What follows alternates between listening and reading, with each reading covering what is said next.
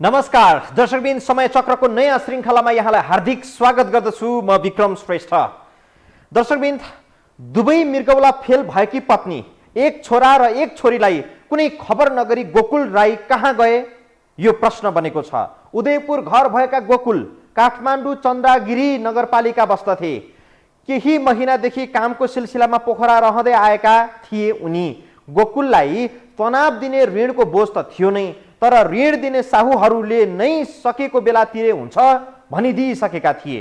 पोखरामा सँगै काम गर्ने एक युवती र उनले एनसेलको कपल सिम पनि प्रयोग गर्दथे। अहिले युवती र गोकुल दुवैजना सम्पर्कविहीन भएका छन्। एकैसाथ मामिला युवतीसँगको मात्रै होइन, यो अवस्था भन्न सकिने अवस्था पनि छैन, किनकि पत्नी र छोराछोरीलाई आँसुको आहालमा डुबाएर आखिर गोकुल कहाँ गए त? यो एउटा दर्दनाक पीडा छ दर्शकबिन, र मर्मस्पर्शी विषय समेटिएको सुरुमा यो भिडियो हेरौँ, त्यसपछि अरू विषय जोड्नेछौँ। काठमाडौँको चन्द्रागिरी नगरपालिका वडा नम्बर 5 मा बस्दै आएका 50 वर्षका गोकुल राई रहस्यमय तरिकाले सम्पर्कविहीन भएका छन्। गोकुल रहस्यमय ढङ्गबाट हराउँदा उनलाई चिन्ने जान्नेहरू त आश्चर्यमा परेकै छन्। मृगौला रोगबाट थलिएकी पत्नी चन्दा राई समेत विक्षिप्त भएकी छिन्। बिरामी छु, उहाँ कहाँ जानुभएको पनि थाहा छैन, मर्नु बाँच्नु भएको पनि थाहा छैन। एक छोरा र एक छोरी सहित चन्दा काठमाडौँमा बस्दै आएकी थिइन् भने गोकुल पोखरा स्थित एक पाइप उद्योगमा प्राविधिक थिए। पोखरामै काम गर्ने गोकुलले आफ्नो घर व्यवहार मिलाउँदै दुई सन्तानको शिक्षा दीक्षा गरिरहेका थिए। मङ्सिर 3 गतेदेखि उनी कहाँ गए, किन गए, केही अत्तो पत्तो कसैलाई छैन। चन्दा अहिले घरमा छोराछोरीसँग छिन्। उनीहरूको जीवनको सहारा गोकुल नै थिए। उनी गोकुल पोखराबाट काठमाडौँ जान्छु भनेर हिँडे, तर न काठमाडौँ आए न पोखरामा उनी भेटिएका छन्। पतिको खोजी गरी पाऊँ भनेर चन्दाले कास्की प्रहरीदेखि काठमाडौँ प्रहरीसम्म हारगुहार गरेकी छिन्, तर गोकुलले प्रयोग गरेको फोन त्यही बेलादेखि अफ छ। लकडाउन हुनु अघिसम्म गोकुल काठमाडौँमै पाइप उद्योगमा काम गर्थे। साझेदारीमा आफैले मेसिन राखेर पाइप उद्योग चलाउने भनेर स्थानीय जित बस्नेतसँग ऋण लिएर व्यवसाय पनि गरे। चन्दाको भनाइअनुसार जितसँग 2 लाख ऋण लिएका थिए। 4 महिनापछि 3 लाख रुपियाँ दिने गरी कागज गरेका थिए। जितकै भनाइअनुसार चाहिँ 4,81,000 रुपियाँ गोकुलले तिर्न बाँकी देखिएको छ। सुरुमा पैसा उठाउन जितले पनि ताकेता गरे। प्रहरी बोलाउँछु भनेर दबाब समेत दिए। पछि उनै जितले पनि मलाई अहिले नै पैसा चाहिँदैन, सक्ता तिरे हुन्छ, म कतै पैसाका लागि उजुर बाजुर गर्न जान्न, काठमाडौँ आएर सँगै मिलेर काम गरौँ पनि भने। तर गोकुलको अत्तो पत्तो छैन। आफै काम गर्ने भनेर मिसिनहरू पनि राख्नु भएको थियो। अनि आफै काम गर्ने भन्दाखेरि अब पार्टनरसिपमा गर्नुभएको थियो काम। अनि यो साउनभन्दा अगाडि यहीँ काठमाडौँमै हुनुहुन्थ्यो। अनि पार्टनरसिपमा काम गर्दाखेरि उसमा लकडाउनको बेलामा पर्यो, अनि फस्नु भयो। अब खै के भयो, ऋणहरू पनि लाग्यो भन्नुहुन्थ्यो। मलाई चाहिँ अब बिरामी भएको कारणले केही पनि भन्नु भएन। 50 वर्ष पुगेका गोकुल पाइप उद्योगको क्षेत्रमा अनुभवी प्राविधिक भएका कारण उनले जहाँ पनि काम पाउँथे। त्यही भएर काठमाडौँ छाडेर विभिन्न जिल्ला पनि गएर उनले काम गरे। उनको क्रियाशीलता रहँदासम्म परिवार सामान्य अवस्थामा भए पनि खुसी साथ बसेकै थियो। तर जब चन्दालाई मृगौला रोगले च्याप्यो, उनलाई पतिको बढी आवश्यकता पर्न थाल्यो। त्यसपछि गोकुल पनि ऋणमा डुबे। ऋणको चिन्तामा उनी राति राम्रो निदाउन पनि सक्दैन थिए। तर अहिले उनलाई ऋण दिनेहरूले समेत बिस्तारै तिर्दा हुन्छ, मिलेर काम गरौँ भनिरहेका छन्। चन्दाको स्वास्थ्य अवस्था दिन प्रतिदिन बिग्रँदो छ। यो अवस्थामा गोकुलको खोजी भइरहेको छ। गोकुल भने मोबाइल अफ गरेर सम्पर्कविहीन छन्। फोनमा त कुरा भइरहेको थियो, खर्च पनि पठाइराख्नु हुन्थ्यो। अनि 1 गतेतिर हाम्रो कुरा भएको थियो। अनि कुरा हुँदाखेरि 1 गते आउँछु भन्नुभएको होइन, है आउनु भएन त भन्दाखेरि ल ल बुढी म आउँछु 1 गते के अरे म अलिअलि खर्च बनाएर आउँछु। 1 गते आएँ भने आएँ, आएन भने शनिबार आइतबारमा आइपुग्छु भनेर भन्नुभएको थियो। अनि आउनु भएन। उताबाट चाहिँ काठमाडौँ जान्छु भनेर पोखराबाट हिँड्नुभएको अरे। गोकुलले ऋण लिँदा कागज त गरिदिएका छन्, तर कुनै चल अचल सम्पत्ति बन्दकीमा छैन। ऋण उठाउनेहरूका लागि पनि सहज छैन। कानुनी प्रक्रियामा जाँदा पनि मुद्दा फैसला हुँदा वर्षौं लाग्न सक्छ। फैसला नै हुँदा पनि तिर्ने अचल सम्पत्ति नभेटिँदा गोकुलको ऋण मिना हुने सम्भावना पनि हुन्छ। साउले उल्टै पैसा तिरेर जेल हाल्ने सम्भावना छैन। मिटर ब्याज प्रमाणित हुने गरी यदि कागज गरिएको छ भने पैसा दिने नै कानुनी झमेलामा पर्ने ठाउँ पनि छ। अर्थात् गोकुल ऋणको कारण चिन्तामा पर्नुपर्ने कुनै कारण देखिँदैन। उसो भए गोकुल कहाँ गए त? गोकुलको पिरले चन्दा दिनौँ रोइरहेकी छिन्। छोराछोरीले बाबु आउने बाटो हेरेर पर्खिरहेका छन्। ऋण त खै त्यो फ्याक्ट्रीको ऋण 4-5 लाखै चार्यो भन्नुहुन्थ्यो। अनि कारखानाको ऋण पनि तिमीले नै तिर भने सर भाडा पनि ब्याङ्कमा होइन त्यही कम्पनीमै उहाँले यहीँ नजिकै दाइसँग लिएर हाल्नुभएको रहेछ। सामानहरू त्यो मेटेरियलहरू खसाल्नुपर्छ हाल्नुभएको रहेछ। अनि त्यही हाल्दाखेरि ऋण भएको रहेछ। अनि फेरि लकडाउनले गर्दा बन्द भएछ। बन्द भएपछि यो दाइहरूले पनि कागज गरिदिनु भएछ। के अरे 2 लाख लिनुभएको र 2 लाखको 3 महिनामा 3 लाख तिर्ने गरेर दिनुभएको रहेछ। कागज गराइदिनु भएको रहेछ। पारिवारिक स्रोतका अनुसार पोखरामा गोकुल जहाँ काम गर्थे त्यहीँ काम गर्ने एक युवती पछिल्लो समय उनीसँग नजिक भएकी थिइन्। ती युवती विवाहित तर एकल थिइन्। युवती र गोकुलले एनसेलको कपल सिम लिएका थिए। गोकुलले पोखरा छाड्नु एक दिन अघिदेखि युवतीले पनि पोखरा छाडिन्। गोकुल झै उनी पनि सम्पर्कविहीन भइन्। युवतीका बाबु आमाले पनि आफ्नी छोरी कहाँ गएको थाहा नभएको बताएका छन्। मानसिक तनावका कारण वा दोस्रो विवाह गरेका कारण गोकुल बेपत्ता भए भन्ने ठोस आधार फेला परेको छैन। निन्द्रा लाग्दैन भन्नुहुन्थ्यो। मैले सुन्नु जति टेन्सन भयो नि भन्थेँ। अनि सुन्नुहुन्न थियो टेन्सनले टेन्सन लाग्छ। अनि कहिले त कतै गएर मर्दिनु जस्तो लाग्छ भन्नुहुन्थ्यो। मैले चाहिँ त्यस्तो नसोच्नु भन्दै अनि पैसा कमाउनु जान्छु भनेर त जानुभएको हो। जान्छु म 2-4 महिना उता काम गर्छु। अनि यताउति सरसाफर गर्छु साउको दिन्छु। अनि बिस्तारै काम गर्नुला भनेर जानुभएको थियो। युवतीसँगै गोकुलले पोखरा छाडेको पनि हुन सक्छ। परिवारलाई उच्च महत्त्व दिने गोकुलको शैली केही महिना यता फेरिएको थियो। गएको दसैँमा समेत उनी काठमाडौँ आएनन्। पोखरामा दसैँ जस्तो पर्वमा किन घर नगएको भनेर सोध्नेहरूलाई उनले हामी इसाई हौँ दसैँ मान्दैनौँ भन्ने गर्थे। दसैँ नै नमान्ने भए पनि पारिवारिक मिलनका लागि भए पनि उनी आउन सक्थे। गोकुल सम्पर्कविहीन भएदेखि उनको परिवार विक्षिप्त छ। थाहा छैन गोकुल अहिले कहाँ छन्, कुन अवस्थामा छन्। डाक्टरहरूले चन्दाको मृगौलाले काम नगरेको बताएका छन्। मृगौला प्रत्यारोपण वा डायलिसिस गर्नुपर्ने अवस्था छ। जीवनका हरेक सङ्घर्षमा साथ दिएकी चन्दा यो अवस्थामा हुँदा उनका पति चाहिँ सम्पर्कविहीन बनेका छन्। उनी कहाँ छन्, कस्तो अवस्थामा छन्, कसैलाई पनि थाहा छैन। उनलाई ऋण दिनेदेखि काम दिने साहुसम्मले उनको खोजी गरिरहेका छन्। कसैले काम दिन्छु भनिरहेका छन्, कसैले सकेको बेला ऋण तिरे हुन्छ भनिसकेका छन्। फेरि पनि गोकुल किन बेपत्ता भए? मारुति सिमेन्टलाई तर्साउन मात्रै विज्ञप्ति जारी गरेको जस्तो देखिएको नेपाल गुणस्तर तथा नापतोल विभागको शैली र नेपालमा चैत्र 27 पछि पहिलो पटक कोरोना मृत्यु शुक्रबार शून्यमा झरेको प्रसङ्ग पनि हामी जोड्छौँ यो ब्रेकपछि।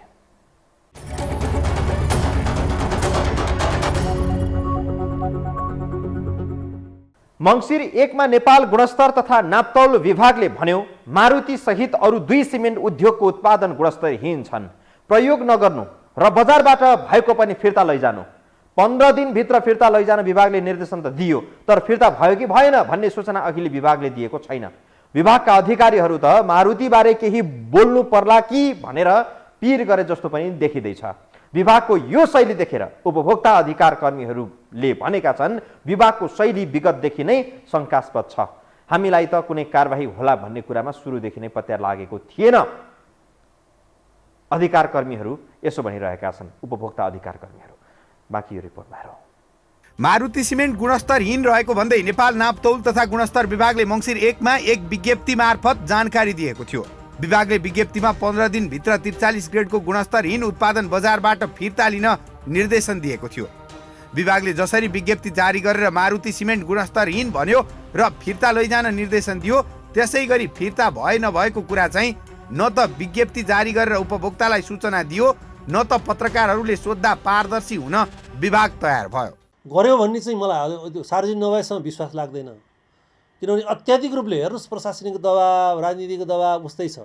म त के भन्न चाहेँ भन्दा अब तपाईँले खुलेरै कुरा गर्न चाहेँ, हाम्रा नेताहरूलाई हो अधिवेशन चल्या होला, अब भोलि चुनाव लड्न पर्ने होला, म यति मात्रै के छ भने जुमलाई हात गरेर के बिन्ती गर्छु भने यो गलत काममा यसको पछि कहिले लाग्नु हुँदैन। यो जुन गलत काममा पछि लागेका छन् यो त यो चाहिँ उसलाई गलत कामलाई दबाब दिने काम गरेका छन्।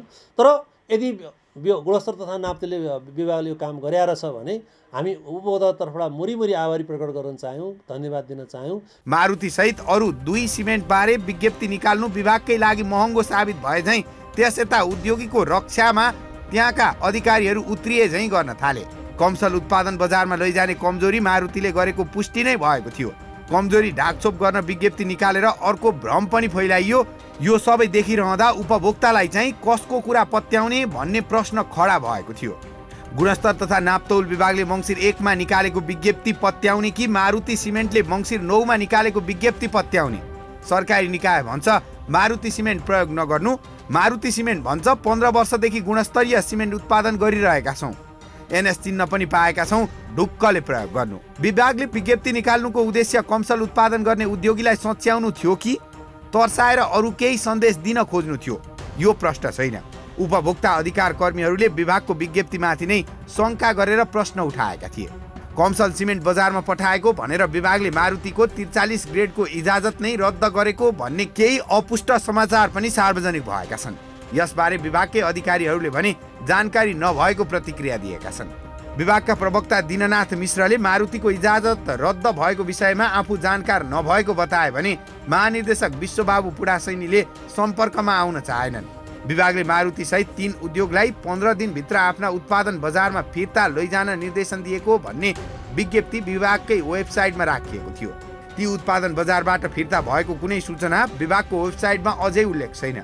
प्रवक्ता मिश्रले बजारबाट कमसल उत्पादन फिर्ता लिएको प्रमाण सहित उद्योग आएपछि बाँकी कारबाही प्रक्रिया अघि बढ्ने बताएका थिए। विभागले भनेको 15 दिन कट्यो, सिमेन्ट फिर्ता भएको कुनै सूचना छैन। कमसल सिमेन्ट उत्पादन गर्ने उद्योगलाई भएको कारबाही पनि जानकारीमा छैन। यो विषय विभागका समेत कसैलाई थाहा छैन। अबको केही दिनमा सबैले विभागतिरै औँला तेर्स्याएर प्रश्न गर्नेछन्, कारबाही गर्नु नै थिएन भने के उद्देश्यले ती उद्योगका उत्पादन कमसल छन् भनेर झ्याली पिटियो त? कारबाही गर्न भन्दा पनि तर्साएर ठिक ठाउँमा ल्याउन पनि बेला बखत यस्तो फन्डा हुने गर्छ भनेर कतिपयले अनुमान गर्छन्। मानिसहरूले गर्ने अनुमान उल्लेख गरिरहन सम्भव त हुँदैन, तर यो संयोग मात्रै हो त? यो प्रश्न पनि पेचिलो बनेको छ। उपभोक्ता अधिकार कर्मीहरू विभागले सार्वजनिक सूचना मार्फत कारबाही भएको जानकारी नदिएसम्म आफू विश्वस्त नहुने बताउँछन्। यसअघि विभागले गरेका कतिपय गतिविधिका कारण उपभोक्ता अधिकार कर्मीहरू विभागको नियतमा शङ्का नै गर्छन्। आदेश के भनेको छ भन्दा ल गुणस्तर ऋण देखियो रिकल गर, त्यो ब्याजको सबै रिकल गर। म रिकल पनि गर्दिनँ, निर्णय पनि मान्दिनँ भनेर हिँड्नु, उल्टो दबाब दिएर हिँड्नु। जो करायो उसलाई विज्ञापन बाँड, त्यसरी पनि हुन्छ। को प्रति जिम्मेवार हुनु? कानुनप्रति जिम्मेवार हुनु पर्यो, उपभोक्ताप्रति जिम्मेवार हुनु पर्यो, बजारप्रति जिम्मेवार हुनु पर्यो। अनि त्यस्तो काम नगर गलत काम गर्ने अनि त्यसपछि राजनीतिक र प्रशासनिक दबाब दिएर उन्मुक्ति लिन खोज्ने यो काम भइरहेछ। त्यस हुनाले निर्णय सार्वजनिक गर्नु पर्यो। निर्णय जुन भयो भनेको छ, निर्णय चाहिँ सार्वजनिक गर्नु पर्यो। अधिकार कर्मीहरूका अनुसार विभागले कारबाही प्रक्रियामै रहेको बताएको छ, तर 15 दिन बितिसक्दा पनि देखिएको यो सुस्तता मारुतिलाई उन्मुक्ति दिने लक्षण भएको उनीहरूको तर्क छ। विभागीय कारबाही मात्र पर्याप्त नभएको बताउँदै उनीहरू यो ठगी मुद्दामा केन्द्रित अनुसन्धान ब्युरोले समेत गर्नुपर्ने बताउँछन्। योभन्दा पहिला पनि मैले योमा प्रश्न भाषामा भनेको थिएँ, अहिले यो फाइल 15 दिन काट्ने बित्तिकै यो सिआइबीले लिनुपर्छ जिम्मा। अहिले पनि हामीले के भन्न चाह्यौँ भने केन्द्रीय यो अब त यो 15 दिन पछाडिको डोमिन भने कसको भन्दाखेरि यो त ठगीको महलको फौजदारी अपराध संहिताको आधारमा उसलाई तत्कालै त्यो सञ्चालकलाई पक्राउ गरेर कारबाही गर्नुपर्छ एउटा। र अर्को चाहिँ के छ भने गुणस्तरहीन भएकोमा उसले उल्टो के छ भने विज्ञापन गरेर हिँड्ने अवस्था छ, म सिक्छु भनेर हिँड्ने अवस्था छ। पूर्वाधारमा ठुला योजनामा प्रयोग हुने सिमेन्ट, फलामे, रड आदिको गुणस्तर निर्माण कम्पनीहरू स्वयंले पनि गर्छन्। गुणस्तरमा त्रुटि भेटिँदा ठुला कम्पनीहरूले कमसल निर्माण सामग्री फिर्ता पठाउँछन्। गुणस्तर मापन गर्ने ल्याब नहुने सामान्य उपभोक्ता तथा साना निर्माण कम्पनीहरूले थाहै नपाई प्रयोग गरिरहेका हुन्छन्। फलत यस्ता बदमासीले सबैभन्दा बढी समस्यामा यस्तै ग्राहकहरू पर्ने गरेका छन्। तर यति संवेदनशील विषयमा पनि विभाग भने सूचना लुकाउने, बाहिर कारबाही भयो भन्ने हल्ला चलाउने र भित्रभित्र उन्मुक्ति दिने दाउमा त छैन भन्ने आशंका बढेको छ। गलत कार्य गरे पनि कारबाही नहुने, असल र राम्रो काम गरे पनि पुरस्कृत नहुने भएकै कारण हाम्रो देश अहिले पनि यो दुर्दशामा बाँचिरहेको हो भन्दा फरक नपर्ला। हाम्रो देशका नेतादेखि जनतासम्मलाई स्विजरल्यान्ड जस्तो देश चाहिएको छ। विकास चाहिएको छ। देशमा विधि र कानुन कडा भएको सबैलाई मनपर्छ, तर स्वयं कसैलाई पनि कडा अनुशासनमा बस्न चाहिँ मन पर्दो रहेनछ। पुरस्कार आफूले पाएको सबैलाई मनपर्छ, सजाय अरूले पाएको मात्रै मनपर्छ। सजाय भोग्नु, जरिवाना तिर्नु भन्दा जरिवाना तिर्ने पैसा जरिवाना गराउनेहरूलाई नै बुझाएर उम्किनुमा धेरैले सायद सन्तोषमा छन्। देश यसै गरी चलेको छ। दर्शकवृन्द, हामी थप विषय प्रसङ्ग जोड्छौँ ब्रेकपछि।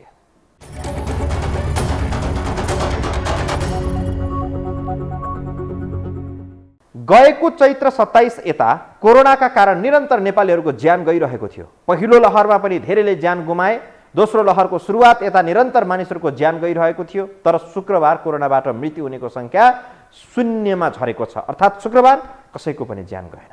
यो आँकडाले दोस्रो लहर अन्त्य नै भएको हो त भन्ने सङ्केत नगर्ला, तर दोस्रो लहर प्रभावहीन भएको चाहिँ लगभग पुष्टि गर्छ। डर त अब तेस्रो लहर सुरु होला कि भन्ने छ, जो विषय र प्रसङ्ग जोडिन्छ ओमिक्रोनको।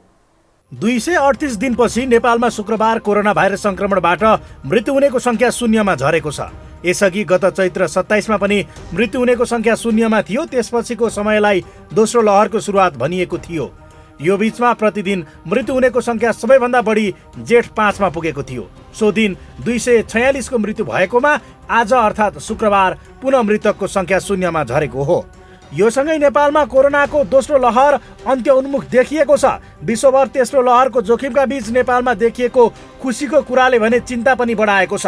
कोरोनाका कारण उपचारका लागि बेड र अक्सिजन समेत नपाएर ज्यान गुमाउनु परेको दोस्रो लहर कमजोर हुनु सबैका लागि खुसीकै कुरा हो। तर अब गत वर्षमा झैँ बिस्तारै तेस्रो लहरको संक्रमण ग्राफ बढ्ने चिन्ता पनि उत्तिकै छ।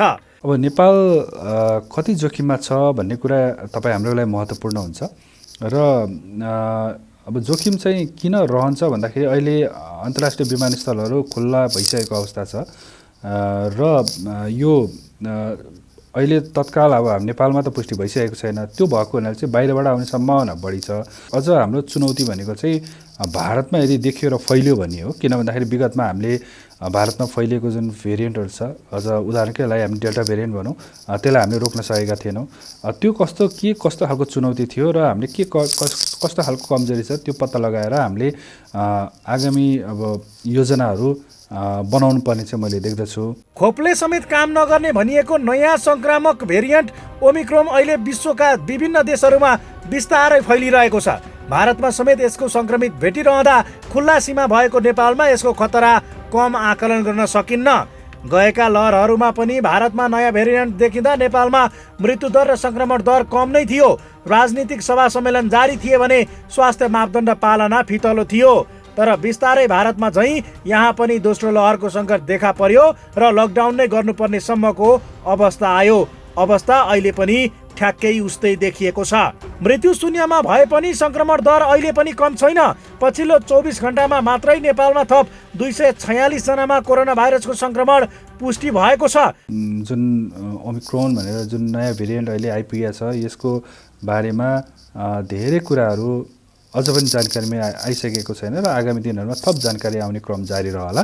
र यति भन्दै गर्दाखेरि चाहिँ धेरै मात्रामा म्युटेसन हुनु, मैले फेरि पनि भने म्युटेसन हुनु भनेको चाहिँ हाम्रो लागि अलिकति चिन्ताको विषय छ र यसलाई चाहिँ कसरी हुन्छ सकेसम्म चाहिँ नेपाल नबित्रियोस् भन्नलाई चाहिँ जे जति उपायहरू छ त्यो अपनाउनु बुद्धिमानी हुन्छ भन्ने मलाई लाग्दछ। स्वास्थ्य तथा जनसङ्ख्या मन्त्रालयका अनुसार पछिल्लो 24 घण्टामा पिसिआर विधिबाट 6400 र एन्टिजेन विधिबाट 1436 जनामा परीक्षण गर्दा 246 जनामा कोरोना संक्रमण देखिएको हो। यससँगै नेपालमा कुल संक्रमितको संख्या पिसिआरबाट 8,22,172 र एन्टिजेनबाट 95,569 जना पुगेको छ। यस्तै आज थप 347 जना कोरोना संक्रमण मुक्त भएका छन्। यससँगै कुल कोरोना संक्रमण मुक्त हुनेको संख्या 8,03,713 जना पुगेको छ। निको हुने दर 97.7% रहेको छ। त्यस्तै हालसम्म नेपालमा कोरोनाबाट ज्यान गुमाउनेको कुल संख्या 11,335 पुगेको छ। हाल देशभर सक्रिय संक्रमितको संख्या 6,921 रहेको छ।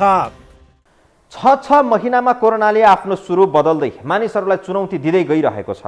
जति नयाँ स्वरूप उति नै बढी संक्रामक भएको विज्ञहरूले जनाएका छन्। अहिलेको ओमिक्रोन साविकको भन्दा 3 गुणा बढी संक्रामक भएको उल्लेख गरिएको छ। बढी संक्रामक भए पनि यसले ज्यान लिने दर चाहिँ उति धेरै भयावह देखिएको छैन। ओमिक्रोन भेरिएन्ट नेपाल प्रवेश गर्न नदिने तयारी सरकारले गर्नुपर्छ भन्ने धेरैको सुझाव छ। तर भारतसँगको खुला सीमाका कारण नेपालले यस्तो प्रयास गर्नु र नगर्नुमा खासै तात्विक अन्तर भने देखिने स्थिति रहेनछ। दर्शकवृन्द, आजलाई समय चक्र यति नै। बिदा दिनुहोस्। नमस्कार।